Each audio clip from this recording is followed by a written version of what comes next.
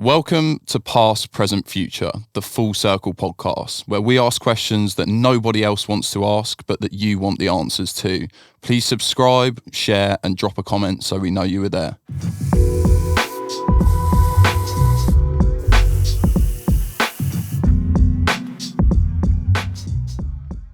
Let's get into it. So, Past, Present, Future, episode 33.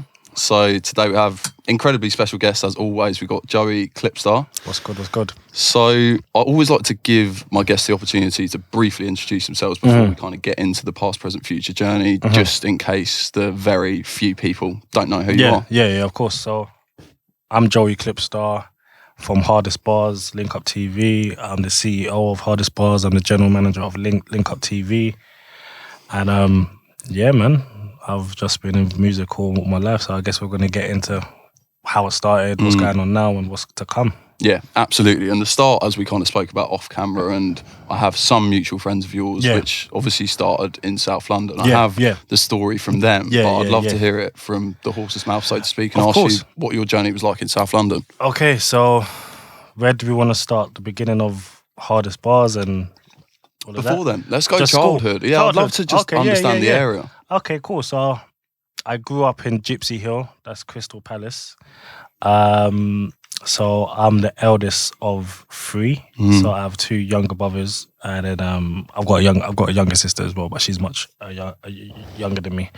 But so we grew up in Gypsy Hill. I went to Rockmount, which is like a primary school in the Noid area, Crystal Palace area. I don't know, I was always like a quiet but popular kid. I loved football. My little brother loved art. So he was just always at home playing football, drawing. My childhood, a lot of people would say, "Oh, my childhood was this and that," but I'm one of the few people that says my childhood was lit. I have no issues with my childhood. I look back on it and I want my kids to live the childhood I lived. It was lit. School was lit. The extracurriculums, football after school, swimming, karate. You say that it was really good, and it's interesting because obviously, like, I'm referencing the conversation I've had with Just Guy. He would say very different things about his childhood and kind of the things that he went through. So I guess that begs the question from my perspective: how did you manage to steer clear of that activity? So my mum grew up in the Clapham area. So my family is a big family. So the origins of my family, my nan and granddad came over first and then brought their children over from Jamaica. So as a lot of immigrants, like, you come over here and it's like a whole family is living in a 2-bedroom or whatever. So so a lot of my elder great uncles or whatever it is, they was involved in whatever they was involved in. So my mum came from an estate of knowing bad things and good things and everything else. So she always grew us in a way of, her main thing was know people, but don't be too close with people.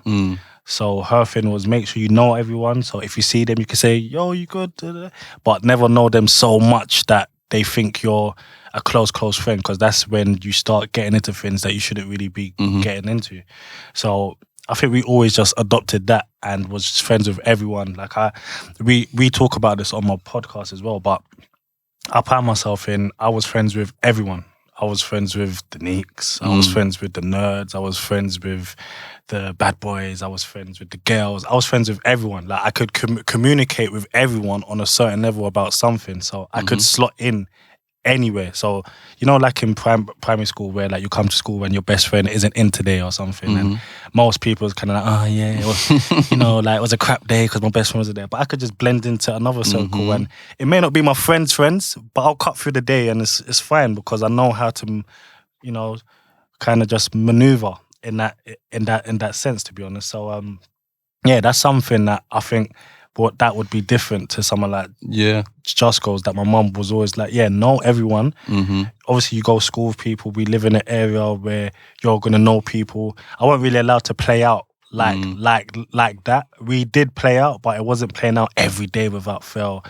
But again, like when I look back on it now, it's testament to what she was saying. Just know everyone, but don't get too close to everyone, because the people you get close to, whatever they're involved in, you're gonna get involved in. So that's it's very interesting as well, because I'm thinking about the position that you're in today, and to be able to navigate yourself successfully within the industry, you need to be able to blend in and to communicate with various different people. And I like to kind of understand what from the past has influenced your present and obviously your future. And it sounds like that kind of, that navigation of various different people has been super important. So, I mean, how much of that experience would you put down to what you're doing today? That has been my biggest help, I say. I mean, just learning that from school. You take it to secondary school, you take it to your teenage years, you take it to your first job or your first whatever it is, and then obviously to what I'm doing now. It's like that's the key thing. Like in this industry, you're not only gonna know just the artists, you need to know their managers, you need to know their labels or their A&Rs, or what I find is even better, you need to know their friends or their family members, like just a bit more of a personal touch to them than just this industry. Because to be honest, the industry is just a job for a lot of people. So they just look at you as work colleagues, but we're one way to our work colleagues and then we're another way to our family and friends. So if you can know both sides of them, then that's better than just knowing one side of them. So just learning what I'd learned from young, I think that served me for my whole life, and this is why I do what I do today. Super interesting. And to talk about the start of that journey, correct me if I'm wrong, but I think Hardest Bars was founded in 2011. So you would have been 19, 20 at the time. 19, 20, yeah. So around that time, it was the riots, 2011. So obviously everyone would remember the riots. Just everywhere was just getting trashed and just robberies left, right and centre, and the whole place was going crazy.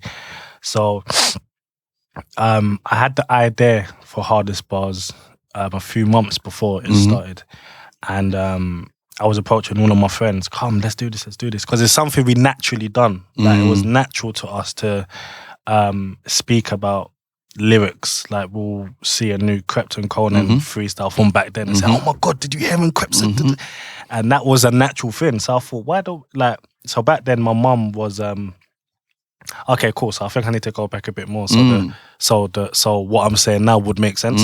So just to quickly brief it, my mum was involved in music. So my mum was an artist. My mum wrote a song that went to number 4 in the charts. My mum got signed to Virgin. So all my life I've been going studio.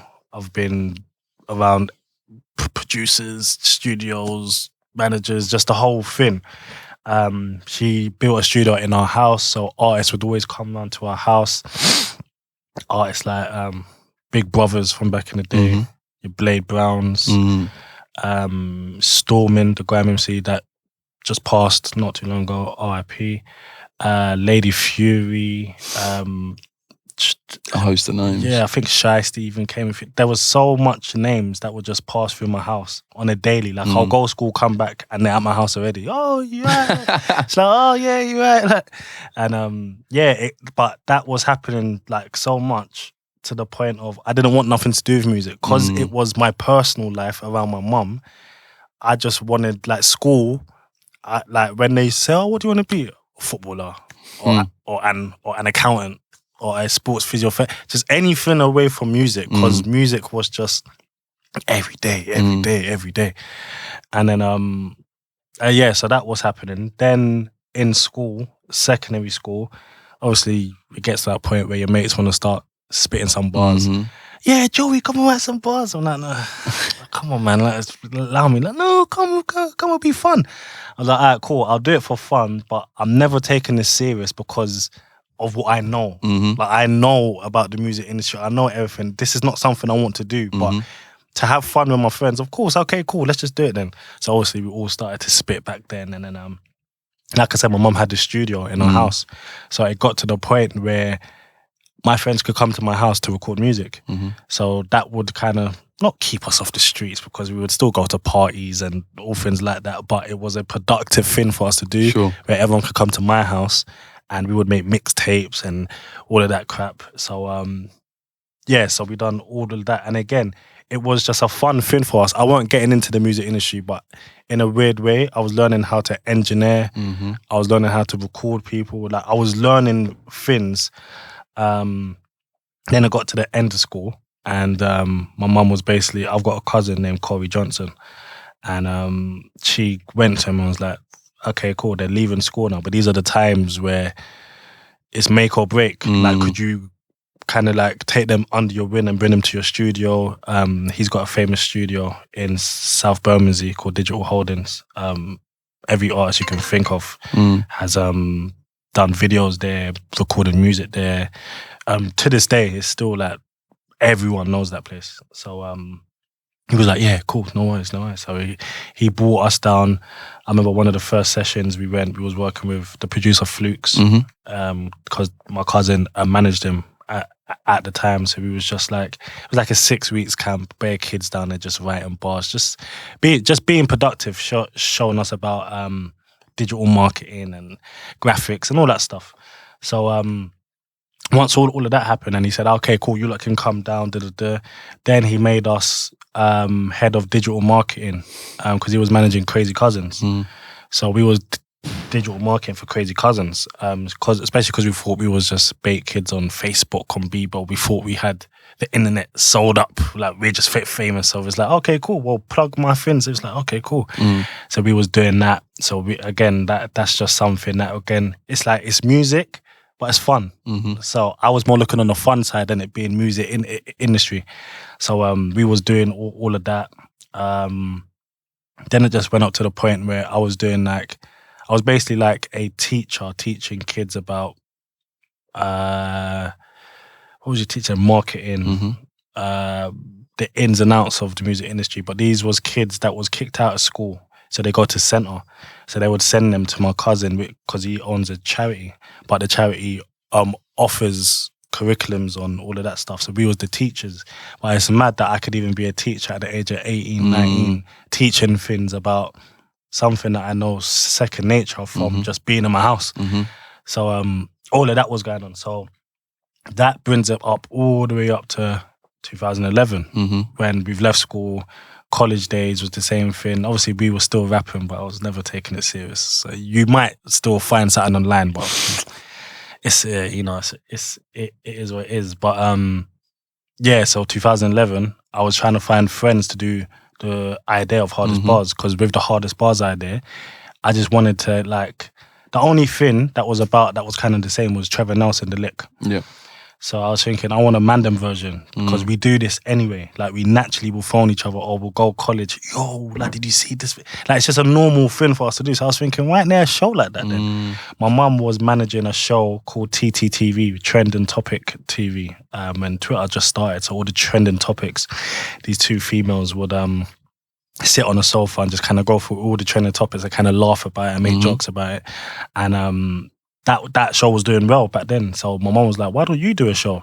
And I was like, yeah, what? She's like, I don't know, like, what do you want to do? And then that's when the idea came, like Trevor Nelson, The Lick. But she came up with the whole idea, and I was like, yeah, that's sick, that's sick. Because again, my thing is, I don't want the music industry, I just want to have fun. Yeah. So when she gave the idea, and I just saw the fun element of, but I do this anyway. I was like, okay, cool, yeah, I'll do it. So my thing now is like, who do I do it with? Yeah. Because I've got such a big circle of friends thinking, who do I pick? So I was asking my friends, do you want to do this idea? Back then, it's like, nah, that's begging it. Nah, that's long, man. Nah. How hard was it to convince people? No one wanted to do it, to be honest with you. No one wanted to do it. Like, none of my immediate friends wanted to do it. And my immediate friends would have made the most sense because they're my immediate friends. So the natural chemistry on camera, you would have just saw it because we're just naturally friends. So, but none of them was on it. No, don't want to do it. Don't want to do it. I was like, all right, cool.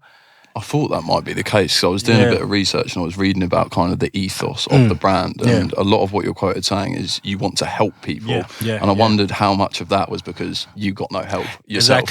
Exactly. So when we was rappers, there was no help. There was no nothing. Obviously, I knew what I knew and I had the resources I had. But obviously back then as a kid, I think all you wanted was like a warm-up session. or all you wanted was an F64. All you wanted was your video on Link Up TV or Grime Day. Like, that's all you wanted. That's all your life was for back then if you spat or whatever. So obviously we never had no help in that sense back then. So when it got to the point of doing Hardest Bars, it was more of a let's celebrate the bars that people work so hard on. Because I was a rapper, I know how much it takes to write a good 16 or 32 or a tune or da-da-da. So it's like people will just hear a tune and say, oh, it's crap, oh, it's good. But more time, you don't know how long it took that person to sit down and concentrate on the bars or the rhyme and pattern or the flow or whatever. So my friend was like, listen, like, let's just celebrate the best tracks of the week, but their bars and everything about it. Anyway, all the friends were saying, no. Then the riots happened. Then all of my friends went jail.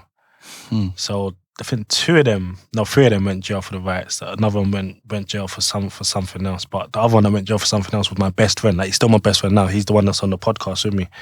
Well, one of them.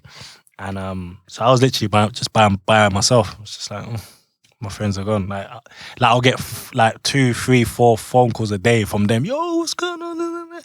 And it's cool, but when you put down the phone, it's just, okay, cool. Well, I'm just here now. So how empty did you feel in that moment? I was bored. I was so bored. Like, so at that time, I was meant to go uni, but my college tutor didn't want to write me a reference. Why? I have no clue. To this day, I don't know why. It was like, yeah, like, sir, like, could you write me yeah, okay. Then he sent it to him and he just went again. But I was like, sir, I need this. Yeah, I'll do it. And just weren't doing it. But he'll do it for everyone else. But I don't know what his issue was with me, to be honest. But so it just weren't happening. Like, so my friend was saying, listen, I'll help you do your UCAS and da-da-da-da. But all I needed was my tutor to write a good reference for me to try and go somewhere. And it weren't happening. And I weren't really stressed because my mum was saying it could be for a reason, because you may just go to uni and go to parties and da-da-da, and you won't do the work, and then you're going to waste a loan. And she said, you know what, things will work out. Don't even stress it like that, innit? But obviously, when everyone went jail now, it was like, oh, okay, cool. So I'm here. There's no college because I just finished college. I can't go uni. At that time, I think I'd been kicked out of my mum's house anyway because I kept bringing girls around, and she don't want girls in her house, period. So I was kicked out of my house. I was living at my dad's. My dad was working all day. His wife, my stepmom, was working all day. So I'm just at home alone.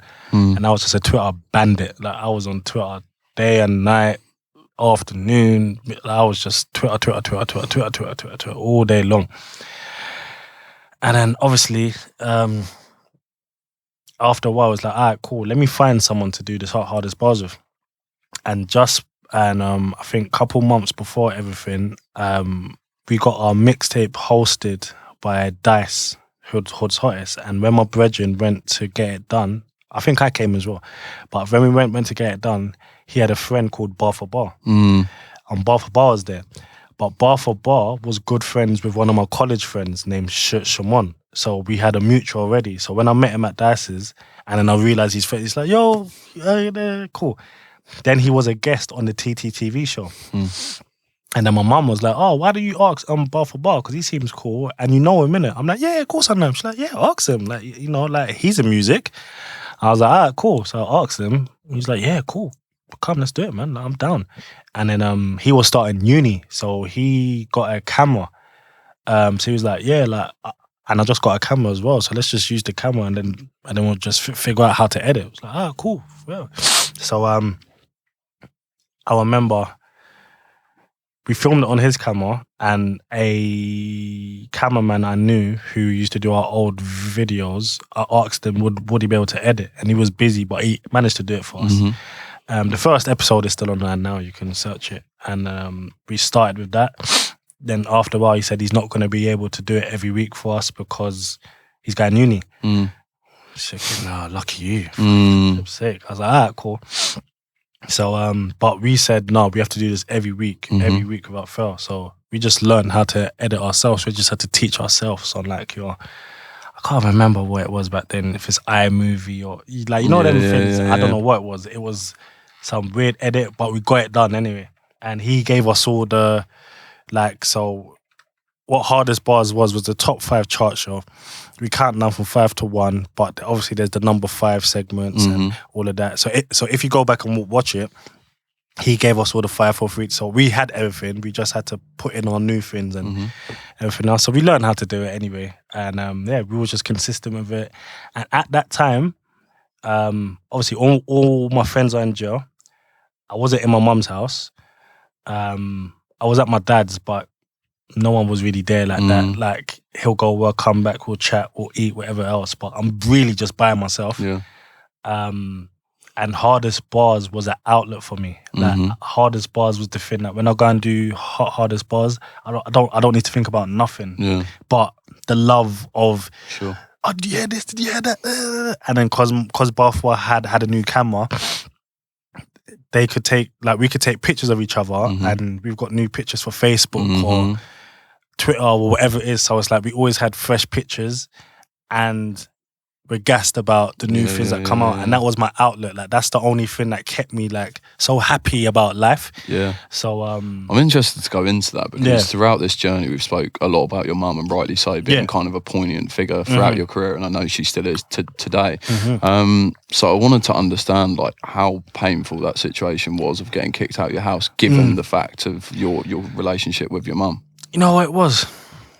I brought it up on myself from secondary school, obviously. When because I'm the eldest, so I would have had the chat first about, cool, I know you're gonna have girlfriends, you're gonna want to bring people back home. Your friends, of course you can bring your friends home, it's fine. Obviously, like, at normal hours, girlfriends or girls, you can bring them back when I'm here, and you have to stay downstairs in the front room. I don't want no upstairs business, no funny business. And she said that to me from I was 13, whatever. Like, so I knew. Obviously, as a young lad, you're always gonna think you could try and sneak your way in, and I succeeded bare times. bare times, girls will come and leave, whatever. The older you get, the more interested in girls you get. And then especially when they're not in your school, you start meeting girls from other schools or other places. It's like you want to meet up, but you're not going to meet on the roadside all the time or whatever. Or, like, we're too young to have money to go cinema at that time, so just come to my house and chill. Like, you weren't trying to do nothing, but that was my mum's rules. So I always knew that I was breaking the rules, innit? So obviously a couple of times before that I got caught. She'll say, oh, get out of the house, but then I'll come back like 2-3 hours later, and then she'll have a chat of it, and it's like, alright, cool. But when I got kicked out, I was 18, and when she came, she caught me upstairs with my girlfriend, but we weren't doing nothing. We just chilling, like literally. I was sitting on my bed and she was sitting on my office chair, and we were just chatting. But she came back from work. It was a long day at work. She was tired. She's come in my room and just seen my girlfriend. And as a parent now, I understand when it's like you've had a hard day at work and you come home and your child is doing something you've spoken about millions of times don't do, and they're doing it again. It's kind of like a violation to you, innit? And the way she said get out, it was more of a, she's disappointed. So that's how I knew, yeah, I messed up. Because it wasn't a get out and shouting. Like, more time, like, when your parents shouts, they're angry in that moment, and then later you can talk about it and calm down. But at that point, like, the way she said, just get out, it's like, yeah, like, I've really done it this time. So yeah, it was, you know, it wasn't painful because it didn't hurt. Like, it hurt, but I more knew that I'd done it to myself. So I had to deal with it as a man. Like, you know what? You done this, so take it on the chest and deal with whatever you had to deal with. So obviously, I moved in with that girlfriend at the time, but she lived across the road from me, like literally just across the road. So so even when my mum said get out and I lived with my girlfriend, my mum was still on the vibe of, cool, like, you can still come back and but I just had to show you that I mean business. Like, you've been doing this for so much years now and not listening to me, that I just needed you to leave. And that's the thing with my mum. We always talk. Like, it's not something where she'll say, get out and I won't speak to her for some months. Like, we always have chats and real chats about things. So I was never left in the dark and she was never left in the dark about things. So, quick one. Our sponsor, the 1994 Collective, are experts in PR and radio plugin. If you're an upcoming urban artist seeking airtime and to scale your audience, drop them a message and let them know we sent you. You did say, though, that when you moved into your dad's, that Hardest Bars was your escape. It was what you craved. So I'm just kind of wondering, I guess, I'm interested, to be honest. How much do you think your mental health would have been affected if that situation happened and you didn't have Hardest Bars as your escape? I have no clue. And I think about this a lot because I always think when I was at my dad's, I couldn't go back to my mum's, but I could always go back to my mum's. So I couldn't move back in, but I could always go there, chill, have dinner, whatever. But at the time obviously when I moved into my girlfriend's, I was there for like 6 months. And it was a thing where her mum was like, yeah, it's cool, like get on your feet and And after a while, I think the mum felt like, you're just milking this now. Like, you're not really gonna move out. Like, unless she says something, I'm just gonna chill with my girlfriend, innit? And it's like, at that age, it's like I'm going college, then I'm going back to my girlfriend's house. It's kind of like the dream thing back then.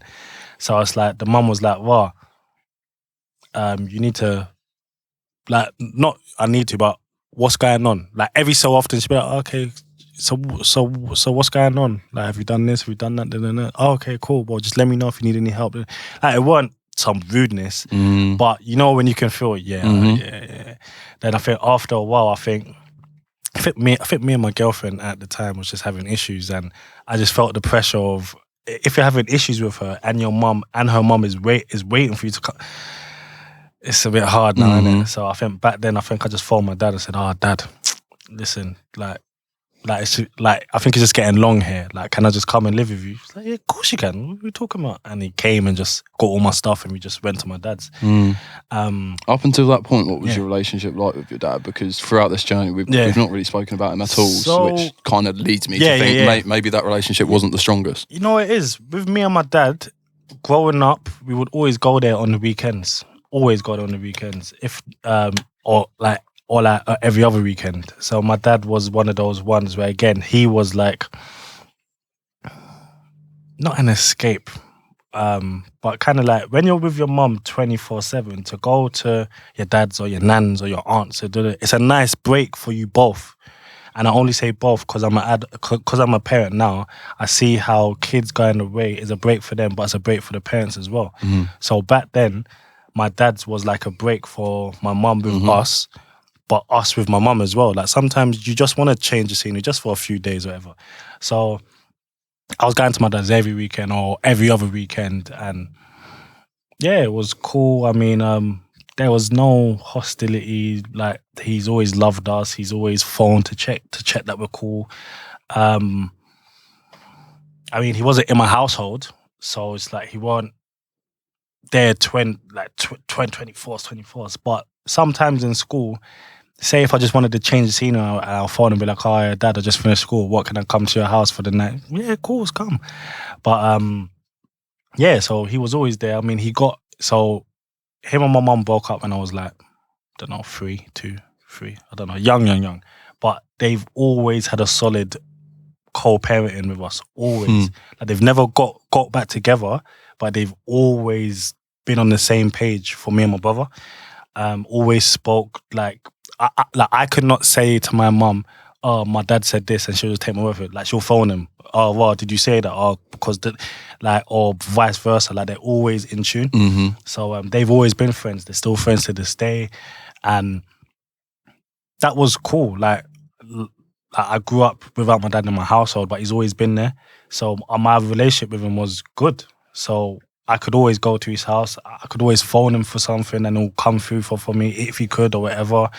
Obviously, I've always been close to his side of his family. So my nan, his mum, my aunties, his sisters, and the rest of the family. So yeah, my relationship with them was good. So that, but because my relationship with him was good, that's the only reason why I could ask him to come and live with him back then. Because if it wasn't good, the way my pride is set up, I wouldn't be able to do that. I'll just have to stick it out. So because I knew that we was good, that's why I said, Dad, like, can I just come? He's like, yeah, of course. And he's always been there like that. Like, if I need something, he's always gonna come through. So when I moved there, it was a sigh of relief that I'm not in that situation anymore. And then yeah, he wasn't demanding of anything from me. He was just like, listen, just do what you need to do, chill, get your mind together and do what you need to do. And but obviously in that time, that's when everyone went jail. That's when I couldn't get into uni. But he was understanding of that. He understood, again, that with both my parents, I have an understanding where we talk. So no one's in the dark with anything. Like, I'll tell him, this, Dad, I'm trying to go to uni and this man ain't da-da-da. Well, why not? I don't know. But we will talk, innit? So while all of that's going on, obviously he's still going to work. His wife, my stepmom, she's like one of the best stepmoms ever. Like, she, again, me and her talk. She'll cook every day. She'll clean. They had another child, which is my little sister. But yeah, like the family like unit in there was great. And when I was there, it's like sometimes I felt I was imposing because I'm older. It's like I'm breaking up the two parent and the child, but they never made me feel like that. But me, like, I think sometimes I get a bit self-conscious. Like, I'm meant to be at my mum's, just like working on my dream, you know, like trying to get big. And me being here, I wasn't working on nothing. So it's kind of like I'm just a burden in the house. It's like I'm just another adult there. But yeah, no, the communications and the connections with everyone was solid. So that's why I moved to my dad's. The whole hardest bars thing, I was thinking, who can I do it with? Found bar for bar. Then I left my dad's, actually, to go live with a friend. And I think at that time, what I was trying to escape is just being broke. But as a young teenager, it's normal to be broke. Like, unless, like even if you had a little job or whatever, you're not going to have the money what you want to have, especially when I'm watching music videos and seeing all this and that and that and this. And I remember back then as well, I used to watch old school, like C-Biz videos, but old school, when he was Cowboy, and they had the Mad Diamonds and the Louis Vuitton and da-da-da. And I used to watch it like, flipping hell, like, is this what guys are on? Wow. Da-da. And it's like, when you're trying to live up to that and you're on JSA, it's like, how am I going to get out of this rut? So that's why Hardest Bars was the escape from trying to live up to something that I can't obtain right now. Or not being in my mum's house, because, like I said, I could always go there, but I wasn't living there. But yeah, it was just like alright, cool. Well, while I'm trying to get out of this rut, you always need an escape while you're trying. It's not just struggle all the way until you get there. You do need your time where you can go and chill and breathe, because it's an ongoing battle, isn't it? So yeah, that's why Hardest Bars was an escape, because at that time it was like from my girls to my dad's to my friends to another girlfriend, back to my friends to my little brothers to my mum's again. So I was like, in that, it's kind of like sofa surfing, this one, that place, that place. You don't have a solid home. No one is making you feel like their home ain't your home, but inside, you know, it's not your home, innit? So it's like, hey, there. And your home was Hardest Bars. Yeah, so exactly. So my home, and then it's mad because even saying it now, it's like Hardest Bars was the home because it's every week without fail. So even though I could live here, consistent factor. Yeah, exactly. I could live here, I could live there, but Hardest Bars was always like, even because we've moved like where we film and that bare times, but it's Hardest Bars and it's every week without fail. So that was like my home. So it was an escape, but at the same time I knew it was growing me. At the same time, growing my knowledge of things, because I had to watch music videos. I had to study bars. So at the same time, even though it was one day a week, throughout the week, whatever I'm going through, like, not that times were so bad, but I knew that I've got homework to do, innit? So it's like, cool, I could be looking for somewhere to live or trying to sort out my situations, but if SB's now dropped a new thing or link, I have to watch it because it's homework for Friday when I go do Hardest Bars. So Hardest Bars was the savior of just. Because I think back then I could have easily went into a run of just feeling sorry for myself and getting depressed and, oh, I ain't got no money, oh, I ain't got this and that, oh, my mum don't want me back. And it's not where she was just trying to teach me a lesson, to be honest. So, yeah. Yeah, it's interesting. It's really interesting to hear the whole journey. And I wanted to kind of transform into the present moment. So, Hardest Bars, 11 years going. Yeah. Is it where you hoped it would be? The funny thing about it is that I didn't even have what's going on now.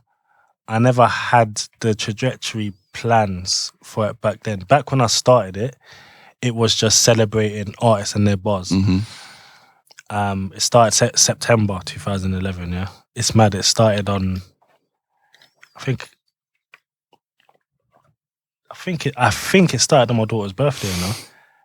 I think it did the 28th, but it started in September 2011, and by March of 2012, on Twitter, like certain key artists was like, yeah, like I like your show. Like Blade Bombs, like, yeah, I like your show. Or like a couple artists would retweet it and that, and it's like, oh, like they fuck with our show, oh, sick. And then it was like, oh, but when we was rapping, no one cared about rapping. But as soon as I done something left, everyone's like, yeah, this is sick. I was like, oh, okay, so this is what I'm gonna stick to.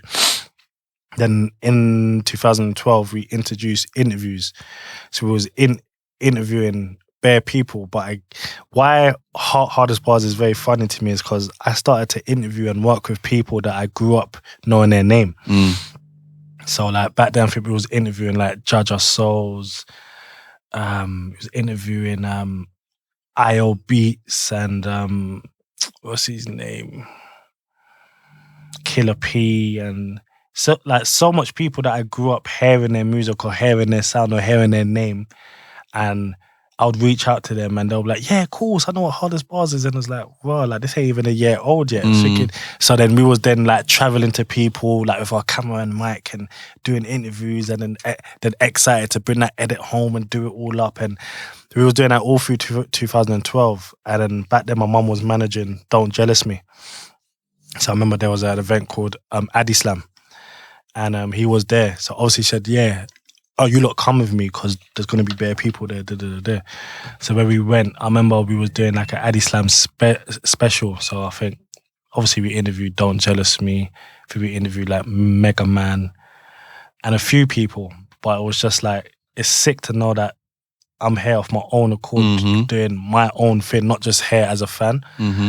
And anyway, we was doing all that, and then end of 2012, November, I think.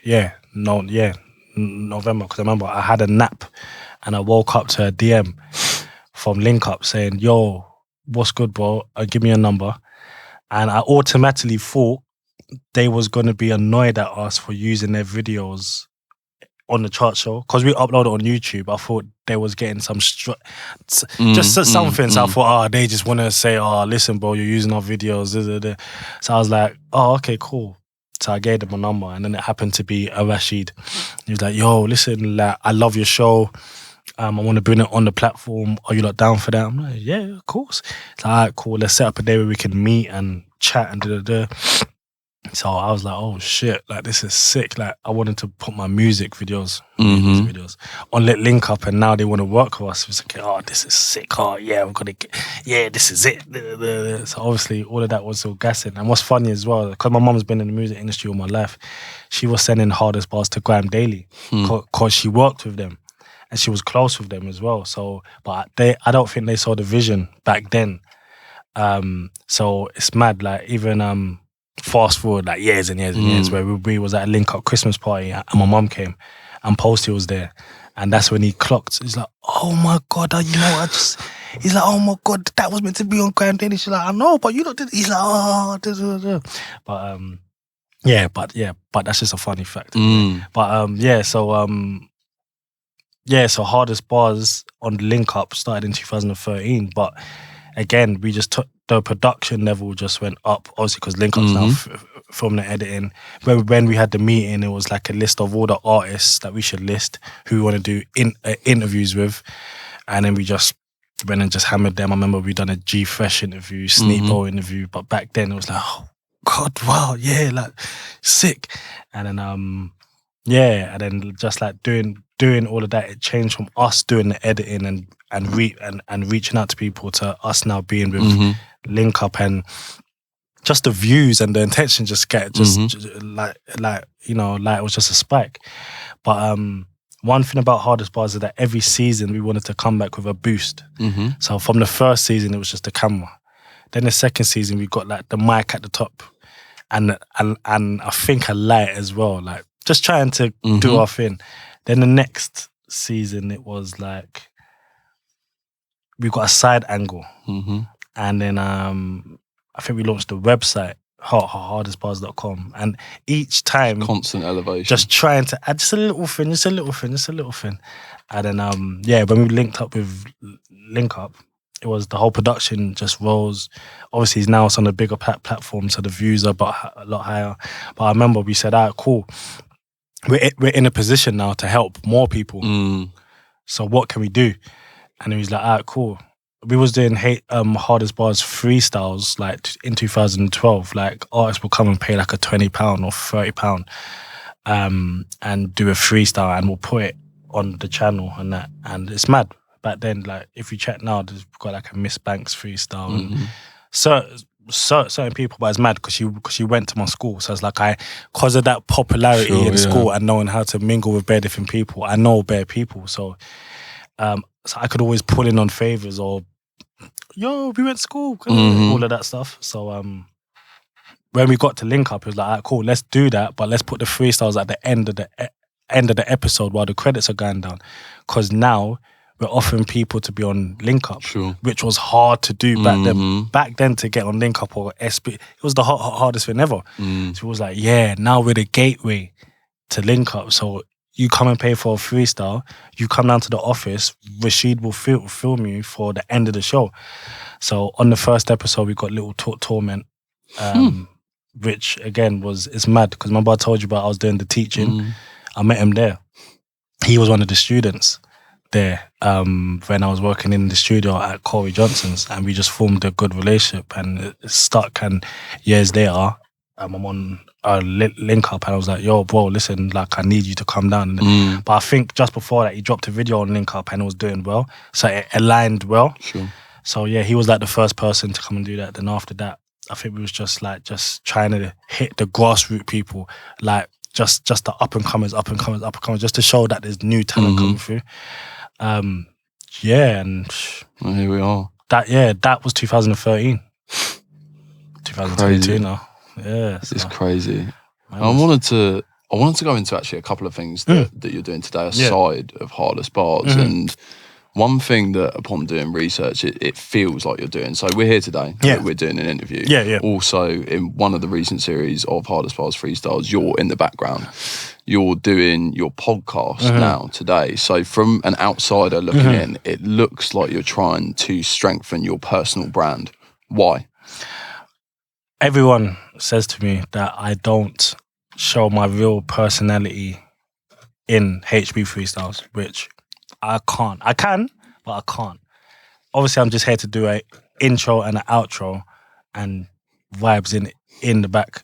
That whole thing came from Big Tigger from Rap City, the Rap City freestyles, and he used to do an intro and then just chill in the back, and that's where that all came from.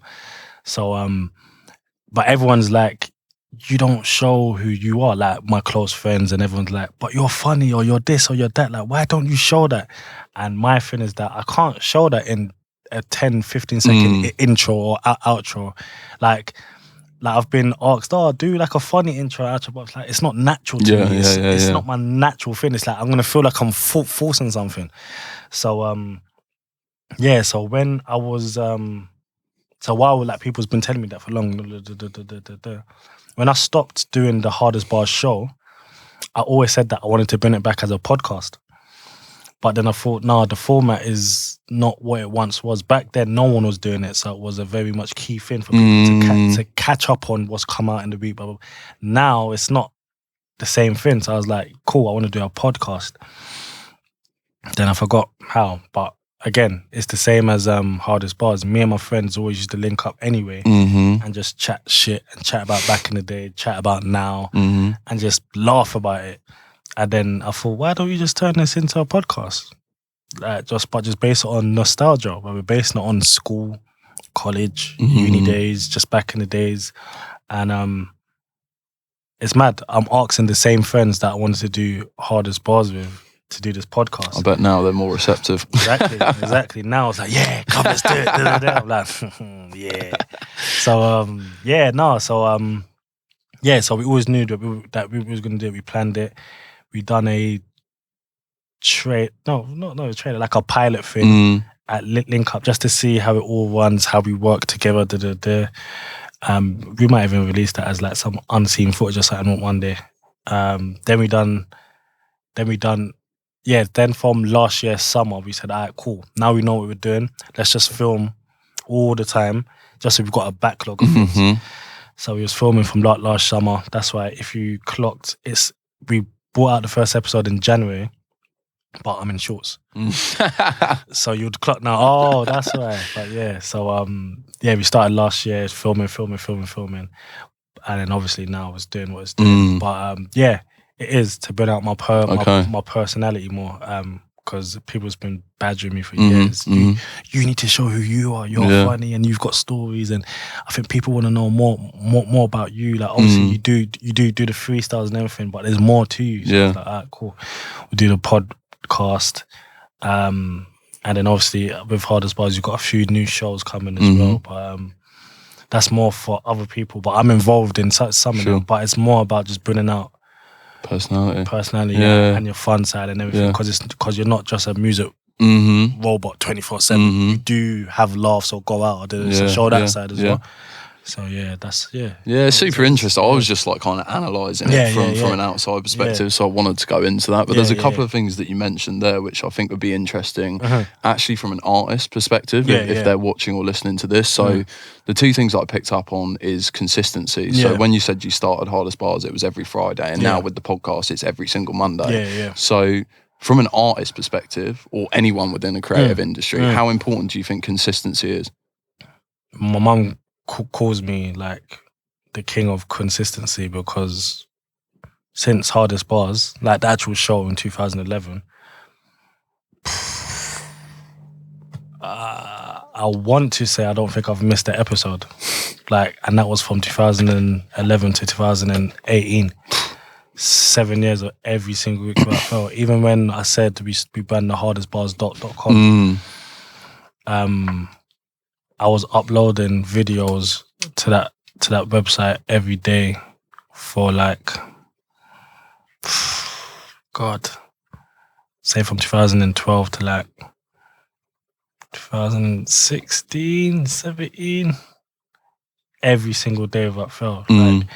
Back then, I'm a young boy, so if I'm going to see friends or girls or whatever, and I know that I'm staying the night, I've got my laptop with me, and I'm up at 7, 8, just, all right, cool. So what videos have come out? Okay, cool. Yeah, let me put it up. Consistency. My thing is, once I get a break or something and I see a opening, I'm just doing it all the time. But it's a plus and it can be a con as well, because some people will get inclined in something that's not for them and be consistent in something that's not working for them. So you got to find something that actually works for you. So because with Hardest Bars, it made me feel good and there was something different out there. That's why I saw that people received it in a good way. That's why I could do that. Yeah. It's interesting that you say that, actually, because again, I was reading an article and I think that you say something along the lines of 60 to 70% of the people that have been on Hardest Bars freestyles are making noise within the industry today, which to me begged the question, what are the 30 or 40% of people doing? Why do they fail? Because they stop, or they don't know how to evaluate themselves. So my thing is always, because I say it to artists on Link Up all the time, or just in general, an artist will release 5 to 10 videos, I don't know, say in a year or two or 2 years, and they haven't blown, and they're like, forget this, I'm gonna go get a job, I'm gonna do this, or oh well, they only liked this tune that got 200k views, and I'm like, okay, cool. Review all your tunes. What's the best one to the fans? Is this one? Okay, cool. So why don't you home down on that sound more and give them more of what they want? I think everyone wants to show how much they can do rap and sing and make beats and do the videos and do the artwork. No, bro, just what's the one thing that they like the most? If they like that the most, then give more of that to them, more of that to them. And once you've got everyone in, that's when you can, oh, by the way, like, I can do this too. I can, because like I always say, Stormzy was spitting all the way up until, what's it called? Grace? Blinded by Your Grace. Sorry, part 2. Yeah. Where he's singing. Yeah. But I'm sure, I'm sure Stormzy knew he could sing like properly before that. But he wasn't trying to push it down everyone's throats while he was on the come up, spitting. Like, you got to know what people like and give it to them. And then once you're at a point where they love you, oh, by the way, I can sing. Like the same with Dave. Like he was rapping. Then slowly he showed that he can play instruments as well. And you're like, oh shit, that's sick. Like you got to ease people in. You can't just from the jump be a jack of all trades but a master of none. Like, it doesn't make no sense. Yeah, I think that's a really good insight, actually. I just saw that stat and I just thought this would be actually a really good insight for those artists that are potentially wondering, why am I not where I need or want to be? Yeah, and sometimes as an artist, you're not always meant to be an artist. Like, you may start as an artist, but that's the starting to get you into somewhere where you are meant to be. The amount of artists... I love the fact that someone like G Fresh was an artist and now he's a manager and he's an exec doing whatever else he's doing, because it just shows you that I do still wish he was making music like Alfie is. Alfie great. Probably... No, exactly. But the fact that he can switch it, and there's so much other people that has started as rappers or whatever it is and switched into something else, and it's like, you're sick. Like even Wretch is at flipping 0207 and Wretch is still one of the best rappers ever. So it just shows you that that one thing that you felt you got the love from, that can't last forever, but because of what it teaches you and the people you go around from that, then you can now switch your whole thing. So yeah, I think that's a really good insight. I think so.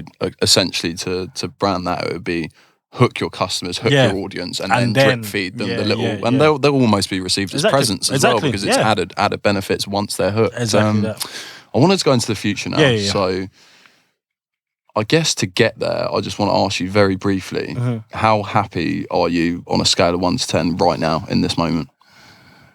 Say 9. 9? Yeah. Okay, well, it's a solid answer, but I guess to tap into that, to move into the future, what do you need to accomplish in the future to get that to a 10 out of 10? So right now, I'm just happy. I mean, everything is just flourishing in the way that I need it to. And I'm helping a lot of people. That's what my whole thing is, just helping. To get it to a 10 out of 10, I think I just need to be very much consistent in what I'm doing and keep just opening up more opportunities for people to be happy. That's all it is, to be honest. I mean, we've got things in the pipeline now. So for it to get to a 10 out of 10, every single thing of mine has to be at a certain point where I want it to be. It doesn't mean that it has to be the world's biggest thing right now, but as long as it's doing what I need it to do in that time scale, then I can broaden it and broaden it and broaden it. But yeah, just be very much consistent in what I'm doing and just keep tweaking things until it gets to the point where it just, oh my God, this is the best thing ever. And then it's like, okay, cool, so that works. So let me use what I did here on this, on this, and this. Because it's just finding the formula, isn't it? Yeah.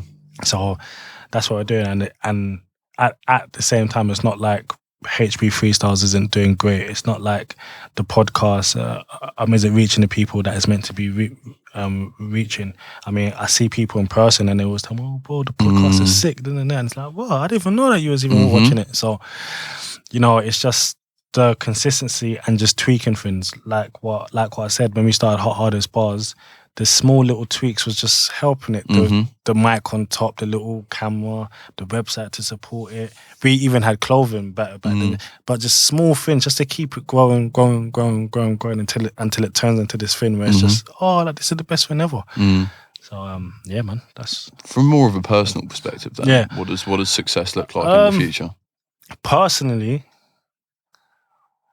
trying to think, because I live a very good life. I won't lie to anyone. I live a very very good life. To make it even better. How can you make it better though? More investments to make more residual income to help more people around me. Because I want money to help people. Like, I don't want money just to be in nice cars and nice this and nice that. I mean, yeah, it's nice, but I want money to help the people around me that they don't need to be doing things they don't want to do. In terms of just working a job that you only work it just to pay your bills. Or like I'd much rather give you a job and pay you the same thing, and you're not stressed about having to do a job that you don't really want to do. That's more my personal life things. I mean, just making more money to help more people around me to be happy, so we can all be happy together. Yeah, that's it really. I mean, all the other things is just normal things. I'll have more children, I'll get married, like, you know, like I'll do them things like soon. But so that goes without saying. Yeah. What motivates you to achieve all these things? Now my children, but just the fact that my mum started this journey. It wasn't even me, because remember, I didn't want nothing to do with this. I wanted nothing to do with this. I wanted all other things back then, but my mum started this journey, and the fact that in a weird way she's passed me the baton, but at the same time we're still working side to side. So it's like it's not like I'm carrying on her dream, but I am at the same time, but I've just extended it to a whole new place. And yeah, just being able to build something to the point where my kids can now take it to a whole different place, where my family, like my little brothers, can we can all do something together. And you know, like my thing is building generational wealth. So I want my whole family involved in some way, shape or form. Even if it's not in music, we use the name to venture off into something else. But it's just so that it's like I've built the name. So say if a brother or a cousin or a sister wants to now let's do hardest bars in cosmetics or the name is of a certain stature caliber, already. So now that gives you a head start, rather than just starting from the bottom and trying to build up again. It's interesting because it's almost like what we were saying about artists. So build the name until it's at a status, and then you can start to then venture off. And that's what, like, personally, that's my thing. And that's why I said that right now, like, I'm at a 9 out of 10 in my personal life and my business life as well, because I'm helping a lot of people right now, and things are flourishing.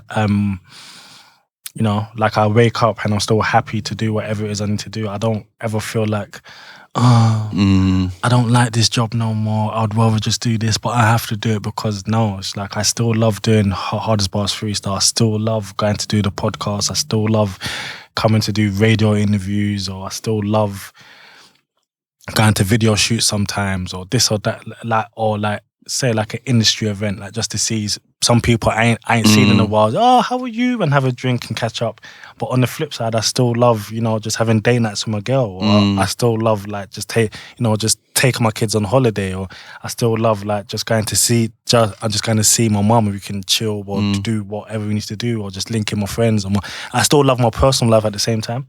So yeah, man, like, I'm in a happy place, and I think just taking it just that notch of from 9 to 10, it's just continuing to do what I'm doing, but just opening more opportunities for other people to be happy. Because the more other people are happy around me, that feeds into me, and the more I'm happy, that feeds into other people. So yeah, man. You said you're helping a lot of people, and that includes us. So I think it's a perfect place to end. And I wanted to just thank you so much for your time and your honesty. It's been incredible. Of course, thank you, man. I did have to ask you one more question actually, and I should have given you a disclaimer on this one. But to broaden our network and to get fresh guests on and to continuously grow the platform, I ask every guest to nominate someone out of their personal connections. So I wanted to ask you, artist, manager, label owner, whoever it might be, who would you like to see me have a conversation with? How many people? As many as you want, but one minimum. Rashid will come and do it. Tadas should come and do it. And probably my 2K3 team, because they have their own stories that lead into what we're doing now. So yeah, we'll leave it as 3, but it's the 2K3 cast members, so Thames and Cons. Rashid, the Link Up TV, that would be sick, and CEO. Why should he do it particularly? Because he's got a story that I don't feel I know, because he's one of my best friends. And you'll get drips and drabs through different interviews he's done. But even something like we've done today, we've dug deep into the past, present and future. And I feel like when people understand him a lot more, they'll understand everything else a lot more. And last but not least, Tadas, who is like our main cameraman, but he has a story as well. And his perspective of things is different as well. He's married and everything else. So the personal life is a bit different to mine, but we're both happy in different senses. So it'll be good to hear from someone like that as well. Sick. Let's see if we can make it happen. No, but thank you, bro. Honestly, I appreciate of course, man. it a lot. Thank you as well. Incredible. Thank you, bro, man. Loved.